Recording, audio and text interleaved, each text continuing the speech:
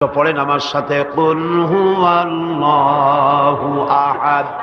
পড়েন সবাই, কুল হুয়াল্লাহু আহাদ আল্লাহুস সামাদ লাম ইয়ালিদ ওয়া লাম ইউলাদ ওয়া লাম ইয়াকুল লাহু কুফুয়ান আহাদ।